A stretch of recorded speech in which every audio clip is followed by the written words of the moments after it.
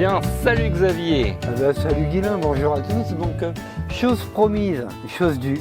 On est au château de la Bourdésière, la collection végétale spécialisée, enfin conservatoire des collections végétales spécialisées en tomates. Normalement, je laisse Nicolas le dire, ce sera toujours plus simple quand c'est lui. Et on va s'apercevoir d'un truc. C'est que ça fait longtemps qu'on discute, ça fait longtemps qu'on l'interroge. On va juste s'apercevoir que ouais, ça marche son truc. Attention, là on est dehors, on n'est pas sous abri. Et de la tomate, mais il y en a à Tarbas. Il y a largement de quoi faire. Donc on va pouvoir faire profiter de sa présence pour faire une petite dégustation, bien sûr. Ça c'est le privilège. Ah bah oui, oui. Bah ouais. Donc on va faire une petite dégustation, mais on va aussi lui poser 2-3 questions. Une question de saison. Donc voilà, on est vers la fin du mois d'août maintenant, malgré ce que le climat laisse entendre. Et quels sont les gestes que lui il applique à ses tomates? Jusqu'où il les laisse monter? Est-ce qu'il continue à les tailler? Est-ce qu'il éclaircit des bouquets? Etc. etc. Tout ça c'est l'occasion de lui demander.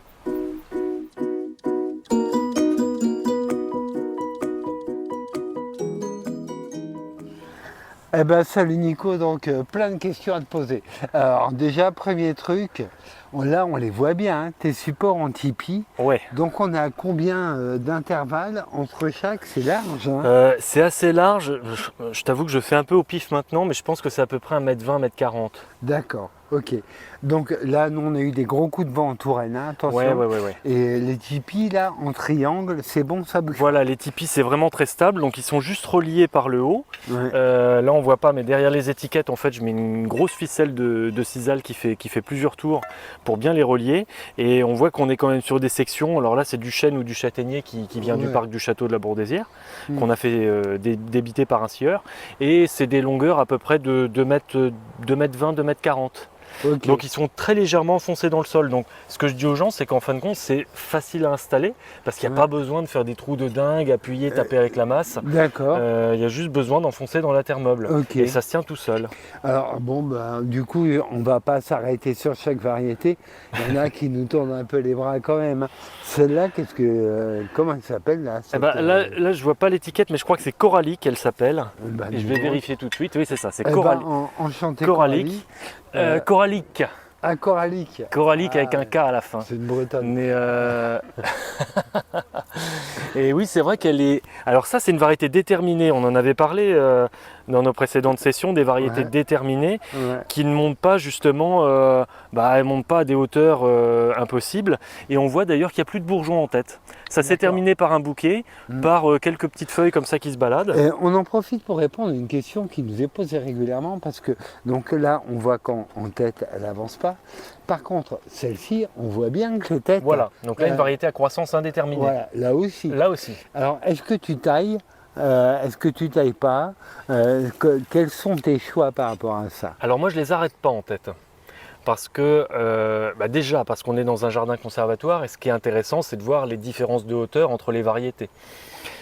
En plus de ça, je trouve pour des raisons techniques, je trouve que c'est intéressant de laisser repartir toujours la tête avec du feuillage jeune qui, à mon sens, je ne sais pas si c'est vrai, mais à mon sens, fera plus de photosynthèse que les vieilles feuilles.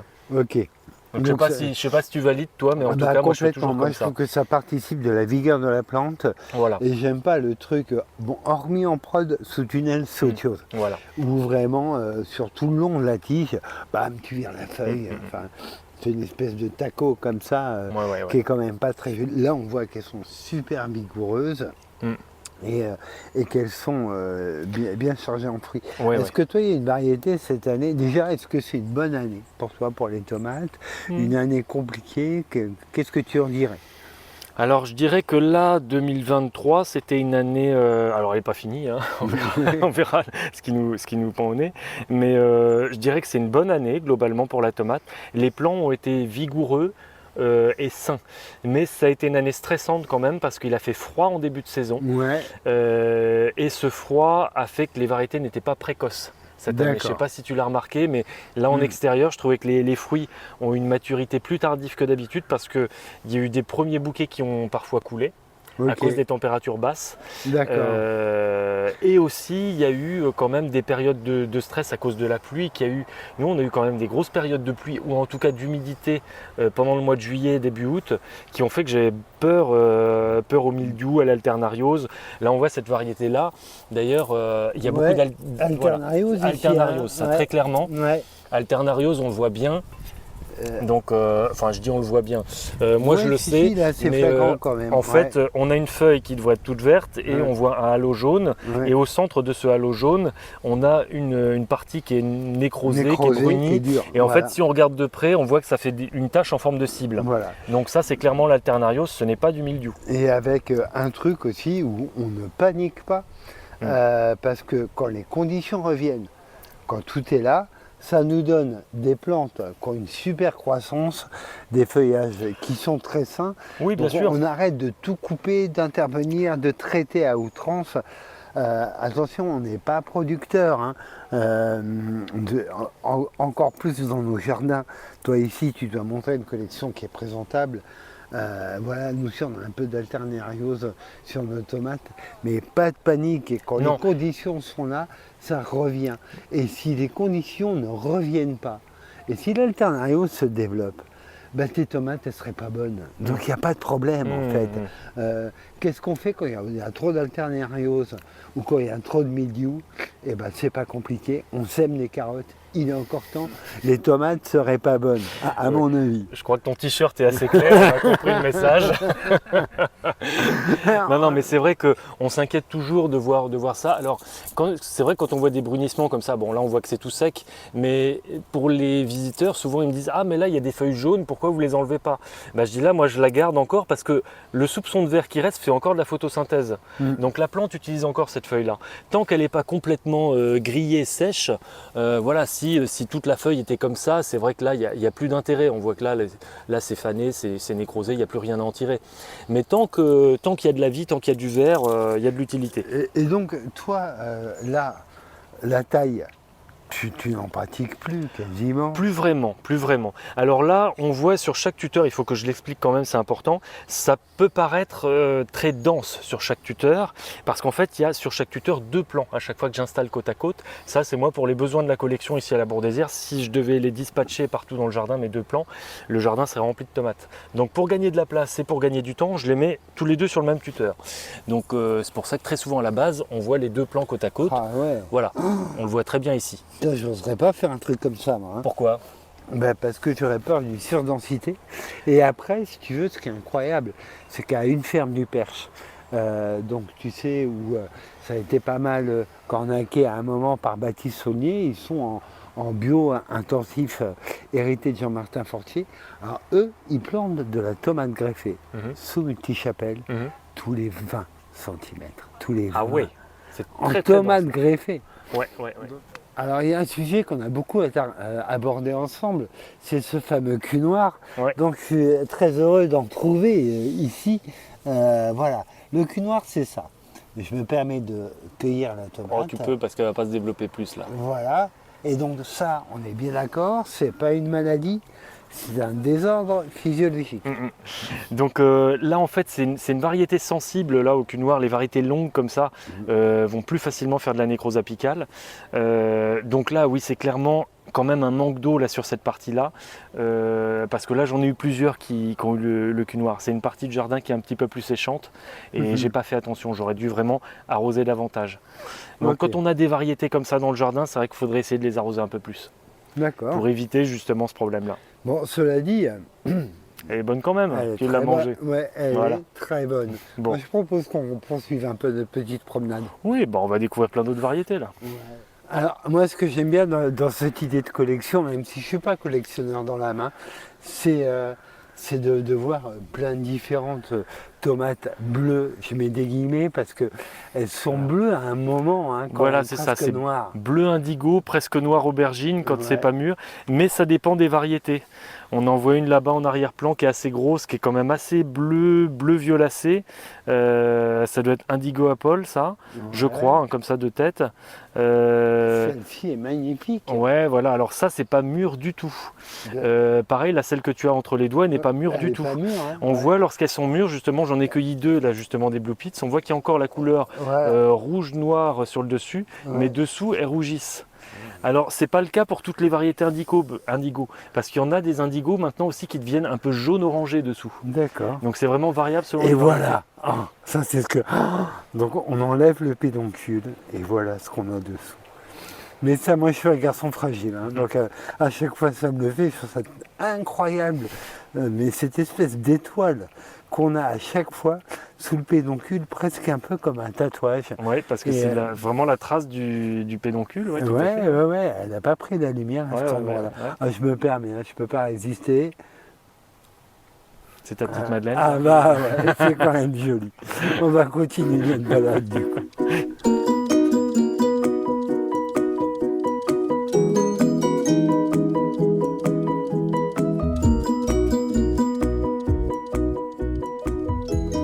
Alors, nous voilà donc assis comme des petits papis, quoi, tranquilles, à l'ombre, et avec Nico qui a la gentillesse de nous récolter quelques tomates.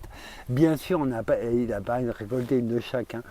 Par contre, un grand merci à lui parce qu'il a pensé à récolter deux variétés qui ont été obtenues par ce free breeder, donc cet obtenteur qui met dans le domaine public, qui ne touche pas de royalties sur les variétés qu'il obtient. Donc on a deux variétés de Tom Wagner. Tu Voilà. peux nous les présenter? Bah oui, je pense la plus ancienne des deux, ça va être raisin vert. Qu'est-ce que c'est bon ça? Bah voilà, là c'est très là. bon, c'est bien connu. Ouais, Bien connu quand même des collectionneurs de tomates. voilà. Voilà, il n'y a pas besoin de dire pourquoi elle s'appelle raisin vert, effectivement. C'est très très bon ça. Voilà. Tu veux goûter, Guilain? Hop. Moi, je vais prendre celle-là en Ouais, entier. ouais. Oh, ouais. On n'est jamais déçu avec raisin vert. Alors, c'est une petite plante. Elle ne monte pas plus haut que ça ici. Donc, vraiment une variété déterminée, très trapue, très branchue. Il ne faut pas la tailler. Il faut juste l'attacher. Donc là, on a vraiment une. C'est pas hyper sucré, Non. mais par contre, c'est quand même goûteux, quoi. C'est très aqueux, donc c'est rafraîchissant, ouais, c'est ça, ouais. Il y a Elle est pas- désaltérante. ouais. Moi, je trouve que l'acidité chez les tomates, c'est le lycopène, c'est le pigment rouge. Mais en fait, j'aime bien moi les tomates à dominance verte. Je trouve que c'est les plus harmonieuses. En Je fait. trouve. Entre le sucre et l'acide, ouais, c'est vrai qu'elles sont très harmonieuses. Celle-là, elle s'appelle comment, cette jolie cocotte? Ça, c'est Sweet Casadi, également de Tom Wagner, donc récente. Hein, je pense qu'elle a été créée autour de 2010, quelque chose comme ça. Donc c'est un petit gabarit. Mais moi j'aime beaucoup cette tomate parce que on voit qu'en fait c'est comme une mini cornue des Andes, hein, mais croquante, sucrée. Ouais. Une peau un petit peu épaisse à mon goût. C'est vrai, mais qui n'est pas désagréable. Alors là, Moi j'aime bien la peau. on va attaquer. Comment elle s'appelle cette jolie cocotte blanche? Là voilà, une moi, cocotte blanche effectivement.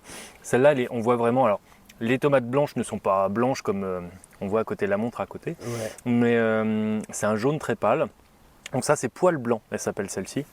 Donc là, vas-y, je vais te laisser la découper. Ouais. Parce que souvent, c'est pas très bon, hein, on est d'accord. Hein. C'est plus fade en fait les tomates blanches. Il y en a qui sont très bonnes. Enfin, j'exagère peut-être un peu. Il y en a qui sont bonnes, mais souvent on est sur quelque chose qui peut être doux, mais pas forcément hyper pas hyper. Comment je vais dire pas hyper fruité généralement. Ça peut être doux, sucré.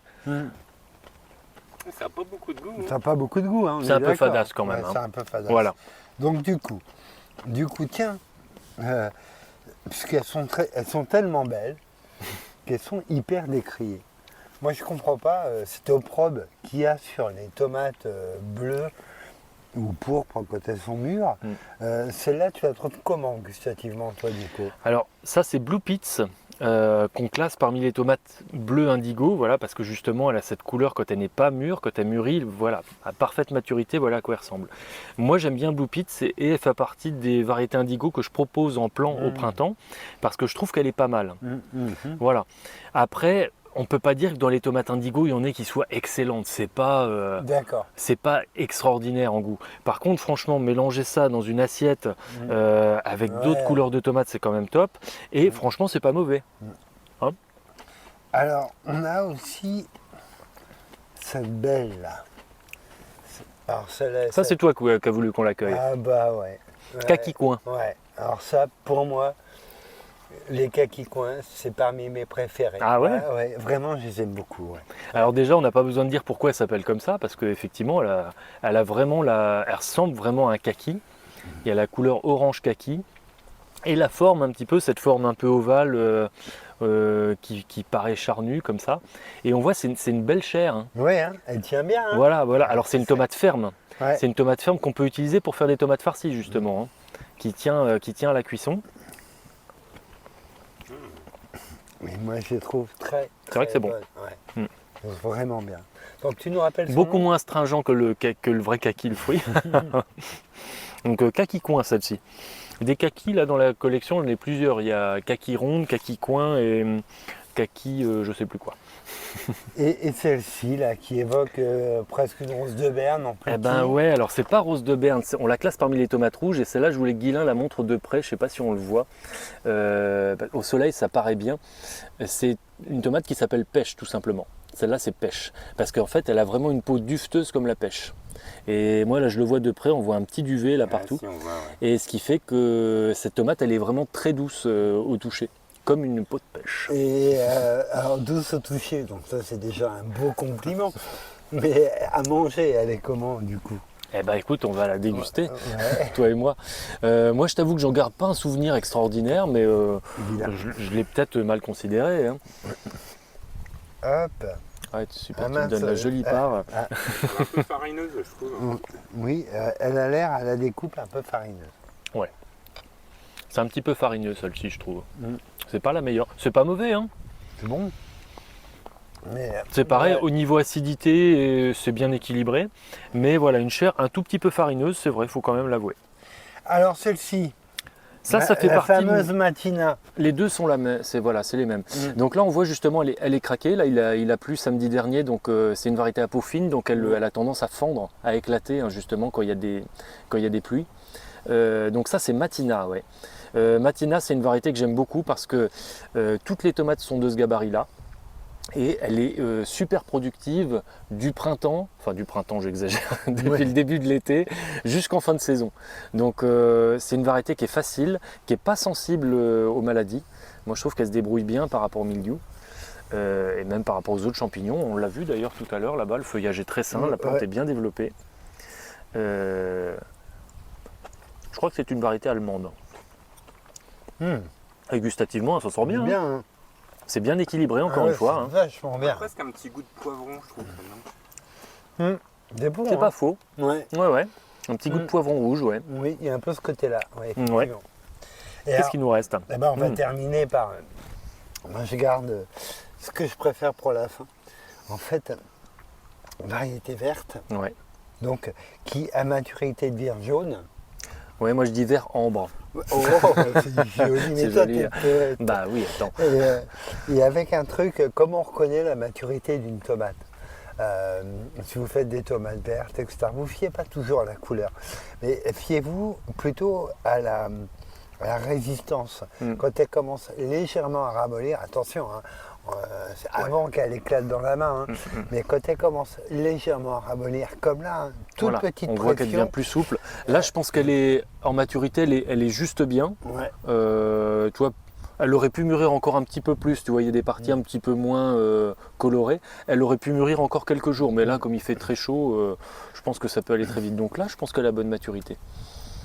Et donc ce que je propose, c'est qu'on la goûte et on a souvent un équilibre entre le sucre et l'acidité qui est parfait sur ces tomates de couleur plutôt verte. Tiens Guilain, hop. Alors, tu sais que des variétés de tomates vertes, il en existe plein. Donc je sais pas si on peut faire une généralité sur le goût, Ouais. on va le voir. Hein.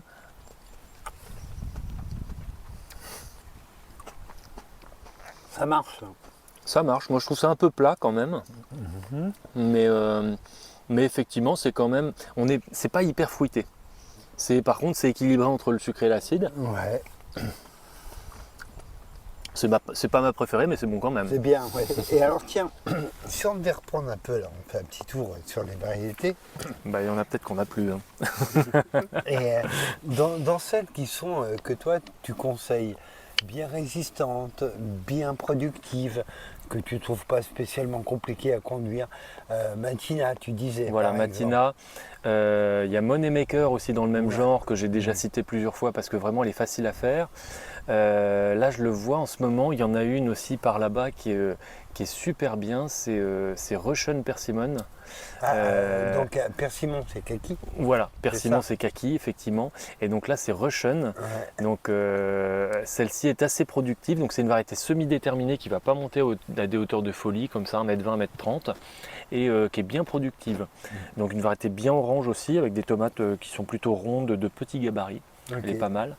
Dans le même genre, parce que moi j'adore les tomates oranges quand même. Hein, faut le dire. D'accord. Dans le même genre, il y a Orange Queen Ouais. qui, en plus des avantages de celle que je viens de citer, est précoce. D'accord. Donc ça c'est quand même pas mal, surtout dans des années comme celle-ci où les tomates sont pas particulièrement précoces, on est content de les voir arriver en premier. Ben, alors du coup, donc là, on voit bien qu'évidemment, il faudrait plus d'une journée hein, pour faire le tour. Ben, du coup, ça tombe bien parce qu'il y a quand même le festival de la tomate bientôt. Bientôt, ici. les 9 et 10 Et donc, septembre. vous êtes les bienvenus, clairement.